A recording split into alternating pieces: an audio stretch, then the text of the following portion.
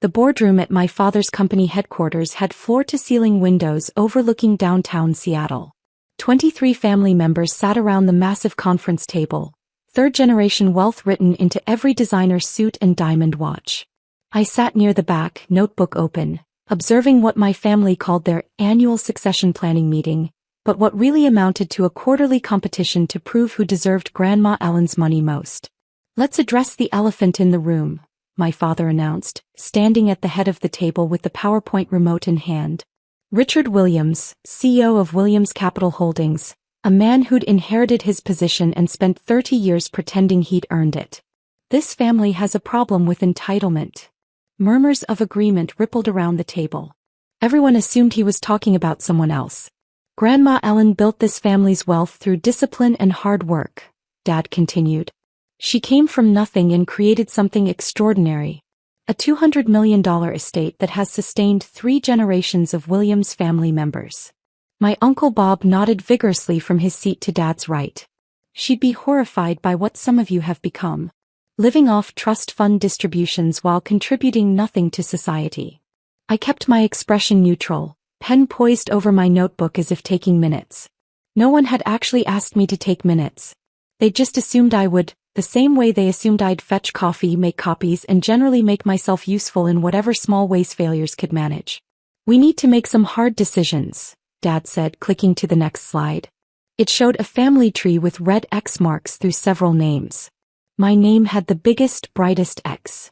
Not everyone in this family deserves access to Grandma Ellen's trust. It's time we rewarded success and stopped subsidizing failure. My cousin Amanda raised her hand, gold bracelets jangling. "I completely agree, Uncle Richard. Some people have been coasting on family money for years without achieving anything meaningful." She shot a pointed look in my direction. Amanda ran a luxury lifestyle consulting business that had lost $800,000 in trust funds over 4 years and had exactly 3 clients, all of whom were family friends doing her a pity favor. "Exactly," Dad said. "Which brings me to our first proposal. Moving forward, trust fund distributions should be merit-based. If you're not contributing to the family legacy or building something worthwhile, you don't deserve access to Grandma Ellen's money." Uncle Bob stood, walking to the front of the room like a prosecutor approaching the bench. "Let's be specific. Some family members have completely failed to launch. No real careers. No successful businesses.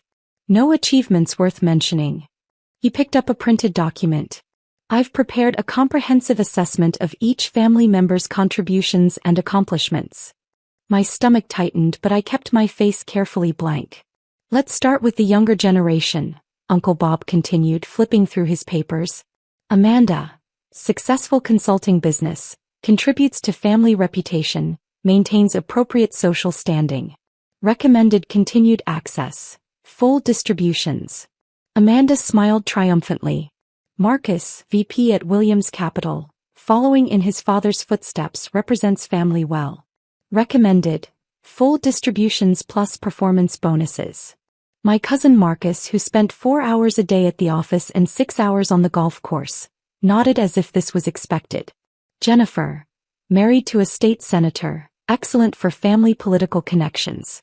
Recommended. Full distributions." Jennifer, who'd married for money and status and made no secret of it, looked satisfied. Uncle Bob's tone changed, hardening.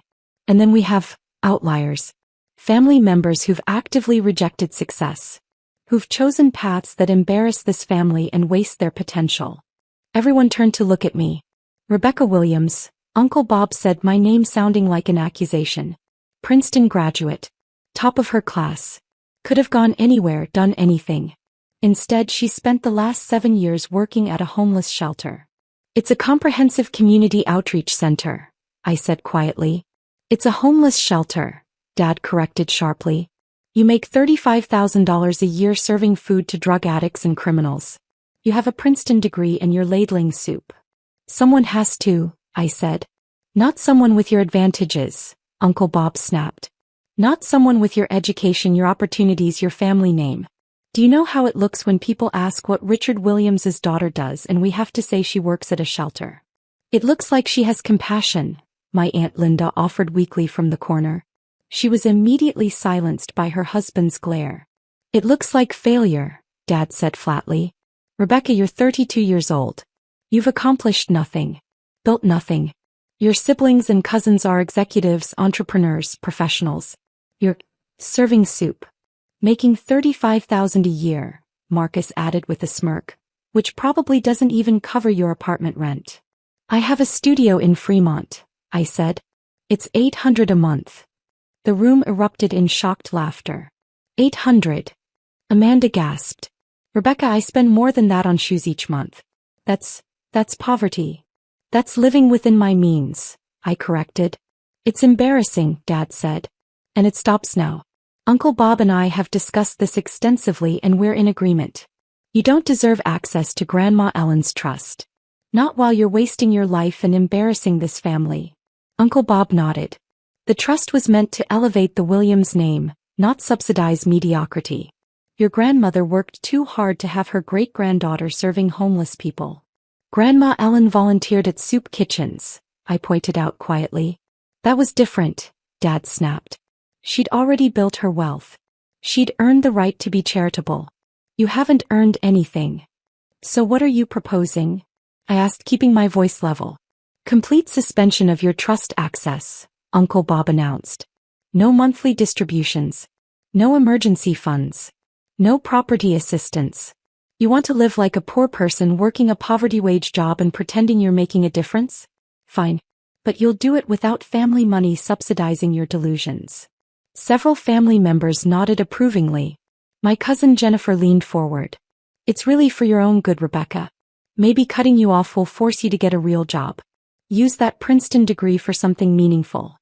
Define meaningful, I said. A career, Dad said. Advancement. Building something. Making money. The things successful people do. I am building something, I said. The center serves 400 people a week. We've helped 200 individuals find permanent housing this year. We've connected over 300 people with addiction services. We've wasted your potential, Uncle Bob interrupted. Those people would have found help somewhere else. Social services exist. Government programs exist. You didn't need to throw away your life to hand out sandwiches. So it's decided, Dad announced. Rebecca's trust access is revoked immediately. Perhaps in a few years, if she comes to her senses and pursues a respectable career, we can revisit this decision. All in favor? Uncle Bob called out. 21 hands rose. Only my Aunt Linda abstained, looking uncomfortable. Motion carried, Dad said with finality. Rebecca, I hope you understand this isn't punishment. It's motivation. We're pushing you toward success. By cutting off my trust fund, I said. A trust fund you've been using to subsidize a lifestyle of failure, Marcus added. How much do you get monthly? $15,000? Okay. And you're still living in an $800 studio like a college student. I didn't bother correcting him about the distribution amount. Let them think whatever they wanted. Any other business? Dad asked, moving on as if he hadn't just publicly declared his daughter unworthy of family money. The meeting continued for another hour. Discussions of investment strategies, property acquisitions, business ventures. All funded by Grandma Ellen's trust, managed by people who'd never earned a dollar that didn't come from her initial success. When the meeting finally ended, family members clustered in small groups, pointedly excluding me. I gathered my notebook and headed for the elevator. Rebecca, wait. Aunt Linda caught up with me in the hallway. I'm sorry about that. They were unnecessarily harsh. It's fine, I said. It's not fine. You're doing good work. Important work. Your grandmother would be proud. Would she? I asked. Yes, Linda said firmly. She always said success wasn't about money. It was about impact. I smiled slightly. Dad and Uncle Bob seemed to have missed that lesson. They've missed a lot of lessons, Linda muttered. But Rebecca, what will you do? Can you survive without the trust distributions? I'll manage, I assured her. If you need anything. I won't. But thank you. I rode the elevator down to the lobby, walked to my 12-year-old Honda Civic, and drove back to my studio apartment in Fremont. Once inside, I made tea, sat on my second-hand couch and pulled out my phone. 3 missed calls from the same number. Cascade Private Bank, Trust Administration Department. I called back. Jennifer Morrison, Senior Trust Administrator, answered immediately. Ms. Williams, she said, relief evident in her voice. I've been trying to reach you all afternoon. We have a situation. I know, I said. I was at the family meeting. Then you know about the old proposal regarding your trust access? Complete suspension, yes. They voted. It passed overwhelmingly. There was a long pause. Ms. Williams, I don't think your family understands the trust structure. I'm certain they don't, I agreed. Should I inform them of your position before they proceed with any formal actions? Not yet, I said quietly. Let's see how far this goes. Rebecca, Jennifer said, dropping into the familiar form we'd used during our monthly meetings for the past 8 years. They're planning to file suspension paperwork tomorrow. Your father has already contacted the bank about redirecting your distributions to a performance review fund, whatever that means. Which he can't authorize, I said. Which he absolutely cannot authorize, Jennifer confirmed. But he doesn't know that. None of them do. Should I tell them that trust modifications require approval from the trustee, or should I let them file the paperwork so you can decline it formally? I considered. What would cause more impact? Formal filing, Jennifer said immediately. They'd have to submit detailed justifications, distribution histories, proposed modifications. All of which would be reviewed and declined by you as trustee. It would create a paper trail documenting exactly how little they understand about the trust they've been living off for decades. Then let them file, I decided. You're sure? This could get uncomfortable. It's already uncomfortable, I pointed out. They just declared me a failure in front of 23 family members and voted to cut me off from money they think I need. Let's make sure they understand what they actually voted on. All right, Jennifer said. One more thing. Your Uncle Bob called this afternoon asking about accelerating his distributions and redirecting funds from underperforming beneficiaries. He specifically mentioned reallocating your monthly amount to Marcus and Amanda for their business ventures. Of course he did. He seemed quite confident the bank would comply. When I asked for proper authorization, he said he'd handle the administrative details tomorrow. I closed my eyes. Uncle Bob had always been ambitious, but this was bold even for him. What would those redistributions amount to? Your current monthly distribution is $38,000. Your uncle wants to split it between Marcus and Amanda, $19,000 each, in addition to their current distributions of $42,000 and $35,000 respectively. Plus he's requesting a one-time business capitalization payment of $500,000 total for their ventures. Based on what authority? Based on his assumption that he has some, Jennifer said dryly. Ms. Williams, your family seems to believe the trust operates like a family democracy. That decisions get made by vote. That your father and uncle have management authority. Grandma Ellen would be horrified, I murmured. Your grandmother was very specific in her trust documents, Jennifer said. She wanted someone with financial wisdom, charitable values, and the strength to resist family pressure. That's why she chose you. That's why she chose a 32-year-old serving soup, I said. Not exactly what the family expects. Exactly what they needed, Jennifer corrected. Should I schedule a formal review meeting? I'll need to inform them that their suspension request has been received and will be reviewed by the trustee. Standard procedure.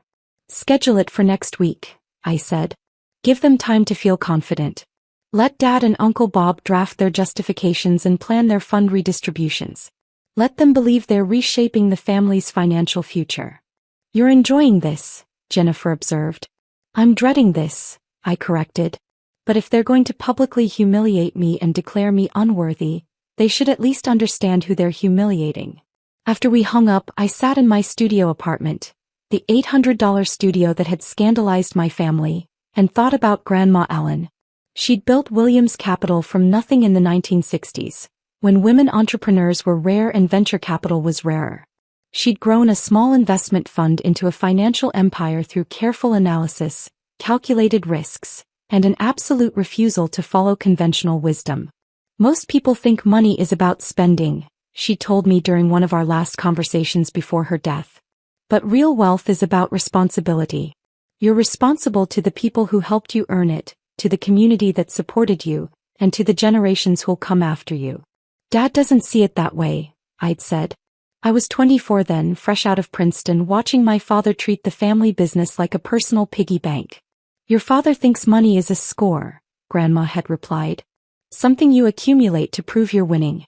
He doesn't understand that wealth is a tool for building something bigger than yourself. And Uncle Bob? Bob thinks money is power. Something you use to control people and situations. He's never understood that real power comes from knowing when not to use your resources. What do you think money is? I'd asked. Responsibility, she'd said simply. And Rebecca, you're the only one in this family who understands that. 6 months later she died. And the reading of her trust documents had been the first shock wave through the Williams family. Ellen Williams had established the family trust with $100 million from her company's sale. Through careful management and continued growth investments, it had reached $200 million. It provided substantial monthly distributions to all family members, funded business ventures, and maintained the lifestyle everyone had come to expect. But the trust documents contained one provision that no one had anticipated. Sole trustee authority vested in Rebecca Williams, effective upon Ellen Williams's death. Not Richard Williams, her son and CEO of Williams Capital. Not Robert Williams, her son and CFO. Not the family lawyer or the bank or any professional advisor. Her granddaughter. The Princeton graduate who'd announced she was going to work at a homeless shelter instead of joining the family business. This must be a mistake, Dad had said at the reading. This is highly irregular, Uncle Bob had added. This is your mother's clearly stated intention, the attorney had replied, pointing to paragraph after paragraph of explicit language naming me as trustee with full discretionary authority over all distributions, investments, and trust modifications. Rebecca is 24 years old, Dad had protested. She's never managed anything. She'll manage now, the attorney had said. Those were Ellen's words. She believed Rebecca had the judgment and values necessary for responsible stewardship. They tried to contest it. For 3 months, lawyers had reviewed the documents, looking for loopholes or grounds for challenge. But Grandma Ellen had been thorough. The trust was ironclad and my position was absolute. Eventually they'd accepted it with conditions. I would manage the trust quietly. Make no drastic changes. Approve distributions as requested. Basically serve as a rubber stamp while letting Dad and Uncle Bob maintain the appearance of authority. And for 8 years I had. Not because I was weak or easily manipulated, but because Grandma Ellen had taught me that sometimes the best use of power is patience. I'd approved every distribution request. Funded every business venture. Maintained every lifestyle. I'd watched Marcus lose $3 million on poorly researched real estate deals and Amanda burn through $800,000 on a business with no viable model. I'd seen Jennifer spend $40,000 a month on country club memberships and luxury vacations. I'd observed my father use trust funds to subsidize his failing business decisions and Uncle Bob treat the trust like his personal investment account. And I'd said nothing, approved everything, and waited for the moment when they'd pushed too far. That moment had arrived today. The next morning I went to work at the Fremont Community Outreach Center like always. I ran our morning intake meeting, coordinated with our housing placement team, and spent 2 hours helping a formerly homeless veteran navigate VA benefits paperwork. My phone buzzed constantly with family messages. Marcus, sorry about yesterday. Dad and Uncle Bob were harsh. But you know they have a point about your career. Amanda, we're doing this because we care. Maybe without the trust fund cushion you'll finally pursue something real. Jennifer, I voted for you because families need to stick together even when making tough decisions. This is for your own good. Dad's message was shorter. The bank will contact you about distribution suspension. Don't make this difficult. Accept it gracefully and use it as motivation. I responded to none of them. At 3 o'clock my phone rang. Jennifer Morrison from Cascade Private Bank. They filed, she said without preamble. Formal request for immediate suspension of distributions to Rebecca Williams, filed by Richard Williams as family representative and Robert Williams as trust advisor. They've included a 12-page justification document. 12 pages, I repeated. It's quite detailed. They cite your career choice, income level, lifestyle, and what they call fundamental misalignment with family values. They've also included the vote tally from yesterday's meeting as evidence of family consensus. And the reallocation requests? Separate filing. Uncle Bob wants to redistribute your monthly distributions and access your emergency fund allocation for business capitalizations. He's requesting immediate authorization for $900,000 in total fund transfers. $900,000, I said slowly. $500 for business capitalizations as discussed, plus $400,000 representing your accumulated emergency fund that he claims you don't need since you're financially irresponsible. I was silent for a moment, processing the magnitude of their miscalculation. Ms. Williams? Jennifer asked. Should I schedule the review meeting? Yes, I said. This Friday. 10 a.m. require attendance from everyone who voted on my suspension. And Jennifer? Make sure they understand this is a formal trust review with the trustee. Use that exact language. With the trustee, Jennifer repeated, her voice carrying a note of anticipation. Not by the trustee, or before the trustee. Just with. Exactly. Let them think it's a procedural meeting with some bank administrator. Let them come in confident. This is going to be memorable, Jennifer said. Grandma Ellen always said the best lessons are the ones people teach themselves, I replied. Friday morning arrived cold and clear. I dressed in a simple navy suit, not designer, just professional, and drove to Cascade Private Bank's downtown offices. Jennifer met me in the lobby. They're all here, she said. Dad, Uncle Bob, Marcus, Amanda, Jennifer. Plus 3 other family members who voted for suspension. They're in the large conference room. How confident do they look? Marcus brought champagne, Jennifer said flatly. I think he's planning to celebrate your distribution redistribution. Of course he is. We walked to the conference room. Through the glass walls I could see my family arranged around the table like victors dividing spoils. Dad sat at the head, Uncle Bob to his right, both looking proprietary and pleased. Marcus was indeed holding a champagne bottle. Amanda was typing on her phone, probably already planning how to spend her increased distributions. Jennifer opened the door. Thank you all for attending. Let's begin. I followed her in, taking a seat near the back of the room. Several family members glanced at me with surprise. Rebecca, Dad said, his tone annoyed. What are you doing here? This is a trust administration meeting. I'm aware, I said calmly. This doesn't concern you, Uncle Bob added. We're meeting with the bank to finalize your distribution suspension. You don't need to be present for administrative details. Actually, Jennifer said, her professional tone cutting through the room, Rebecca does need to be present. She's the trustee. The silence was immediate and absolute. Dad blinked. The trustee? What are you talking about? There's been some mistake. There's no mistake, Jennifer said. She opened her tablet, displaying trust documents on the screen at the front of the room. The Ellen Williams Family Trust, established March 15, 1995, amended final time April 3, 2017. Trustee, Rebecca Williams. Sole authority over all distributions, investments, and trust modifications. Uncle Bob's face had gone red. That's impossible. We've been managing this trust for 8 years. Richard and I approve all major decisions. You've been requesting distributions, Jennifer corrected. Rebecca has been approving them. There's a significant difference. Marcus stood abruptly, the champagne bottle forgotten. This is insane.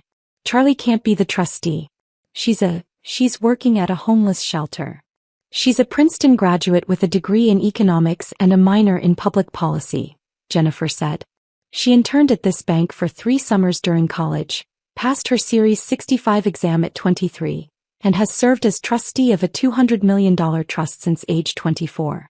I've worked with professional trustees for 20 years, and Rebecca is among the most conscientious and financially literate I've encountered.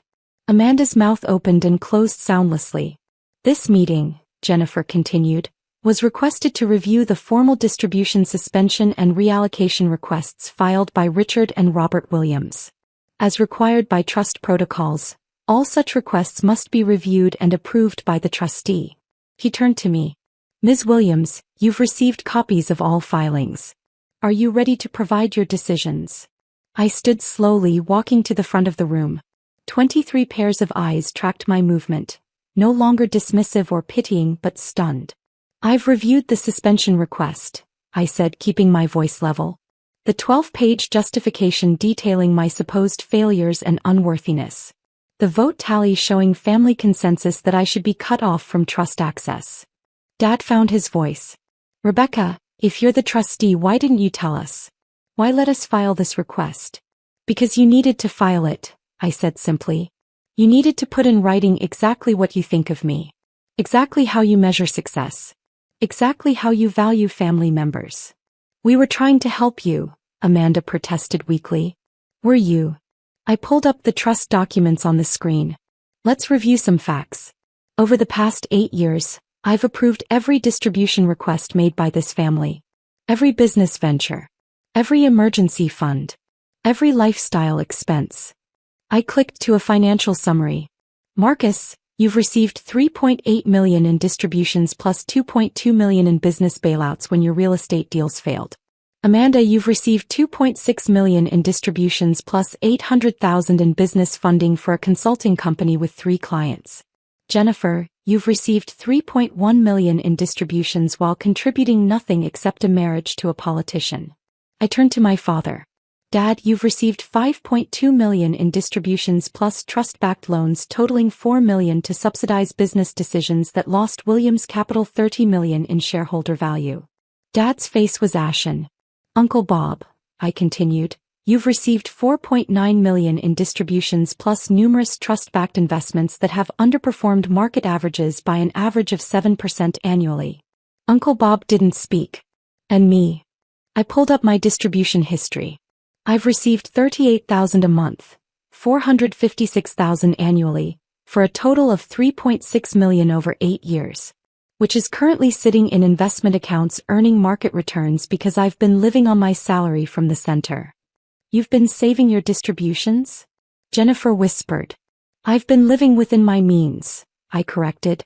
$35,000 a year is a good salary. My studio costs $800 a month. My car is paid off. I don't need designer clothes or country club memberships or luxury vacations. So yes, I saved my trust distributions because Grandma Ellen taught me that wealth isn't about spending, it's about responsibility. I clicked to the next slide. Now let's discuss your suspension request. You want to cut off my trust access because I've failed and embarrassed the family with my career choice. You want to redirect my distributions to fund Marcus and Amanda's business ventures. We thought, Marcus started. You thought I was financially dependent on trust money I don't use, I said. You thought I was wasting my education on soup kitchens when I'm actually running a comprehensive outreach center that serves 400 people weekly with a 92% success rate in housing placements. You thought I was failing while I was building something that actually matters. Rebecca, Dad said, his voice strained, we didn't know. You didn't ask, I said. In 8 years as trustee, not one of you has asked about trust structure, distribution limits, or long-term preservation strategies. You've just assumed the money was infinite and someone else was managing the details. I pulled up another document. The trust distributes approximately $8 million annually to family members, 4% of assets, which is the maximum recommended rate for long-term preservation. Your monthly distributions represent 95% of that total. There's virtually no cushion for market downturns, emergencies, or future generations. What are you saying? Uncle Bob asked carefully. I'm saying that for 8 years I've been approving distributions that exceed prudent management guidelines because you're family. I've been funding business ventures with poor prospects because family support is part of the trust's purpose. I've been maintaining lifestyles that depend on unsustainable distribution rates because Grandma Ellen wanted her family provided for. I looked around the room. And in return, you voted to declare me a failure and cut me off because I chose meaningful work over wealth accumulation. The silence was suffocating. So here's my decision on your requests, I said. The distribution suspension for Rebecca Williams is denied. My monthly distributions will continue as scheduled. Relief flickered across several faces. However, I continued, your request has prompted a comprehensive trust review. After 8 years of reactive management, it's time for proactive oversight. The relief vanished. Effective immediately, all distribution requests over $5,000 require detailed justification and trustee approval. All business funding requires comprehensive business plans reviewed by independent consultants. All trust-backed loans require formal terms, market rate interest and repayment schedules. You can't be serious, Marcus said. I'm completely serious. Additionally, family members who've received business bailouts will have their distributions temporarily reduced by 20% until those bailouts are repaid or until the trust recoups its losses. That's not fair, Amanda protested. It's standard trust management, Jennifer interjected. Most trusts would have implemented these policies from the beginning. I gave you 8 years of generous approvals, I said. I trusted you to use family resources responsibly. You've proven that trust was misplaced. And the reallocation requests? Uncle Bob asked tightly. Denied, I said flatly. Marcus and Amanda will not receive increased distributions. The emergency fund will remain allocated as designed.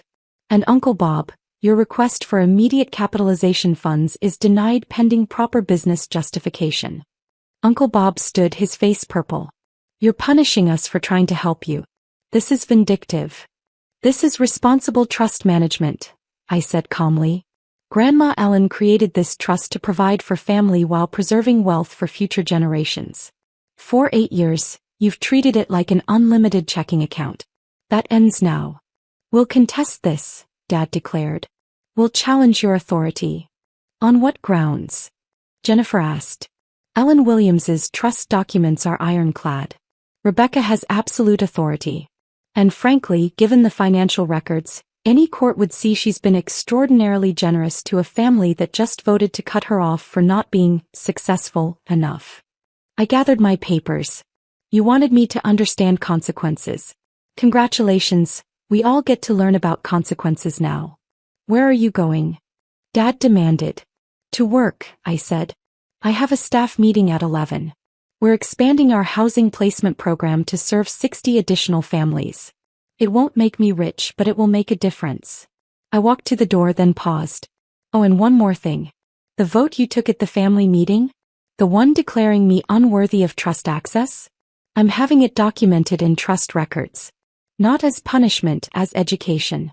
So that someday when your children and grandchildren ask how trust management works, they'll see exactly what happens when family confuses wealth with worth.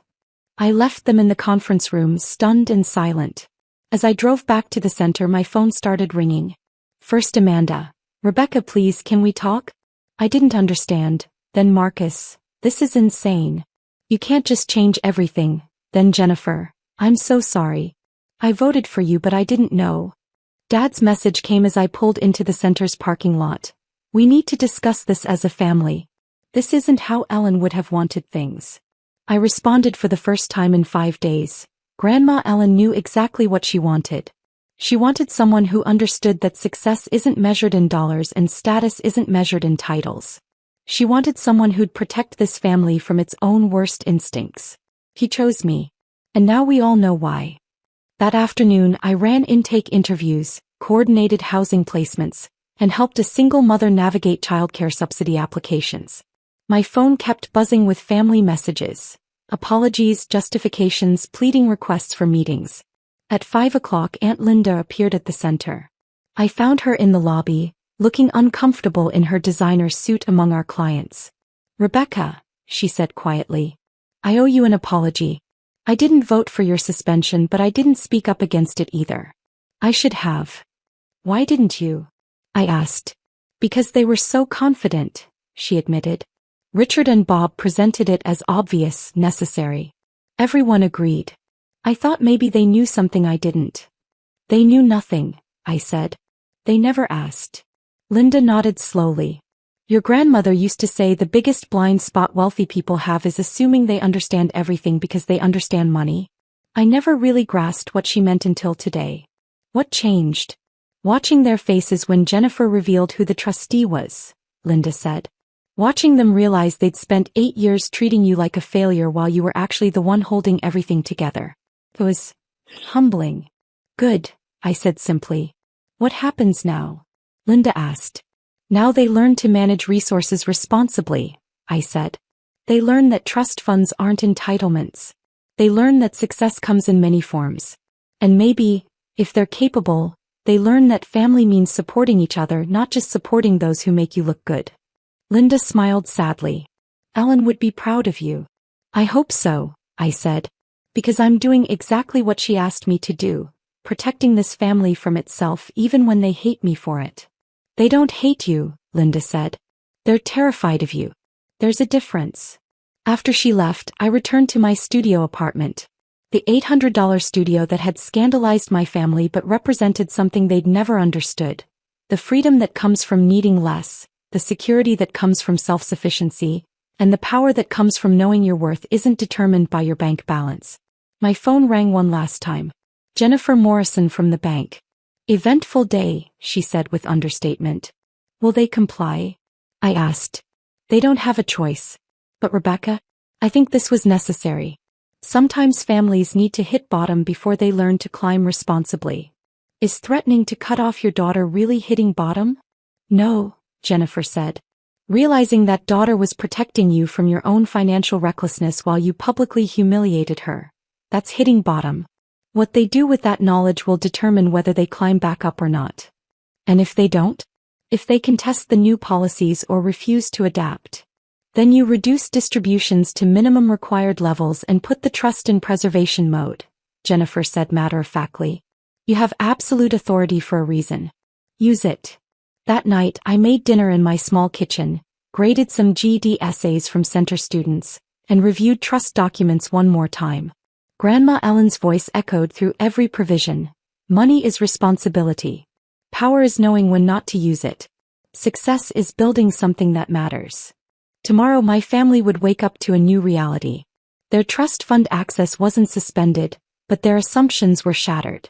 Their distributions would continue, but their entitlement wouldn't. They declared me a failure, but I'd revealed I was the foundation they'd been standing on. And maybe, just maybe, they'd finally learn what Grandma Ellen had tried to teach them all along. That real wealth isn't about having money. It's about knowing what to do with it. It's about responsibility over extravagance. It's about legacy over lifestyle. They'd called me a failure for serving soup. I'd shown them I was protecting their future. Now they'd have to decide which version of success they really valued, and whether they were capable of living up to the legacy Grandma Ellen had entrusted me to preserve.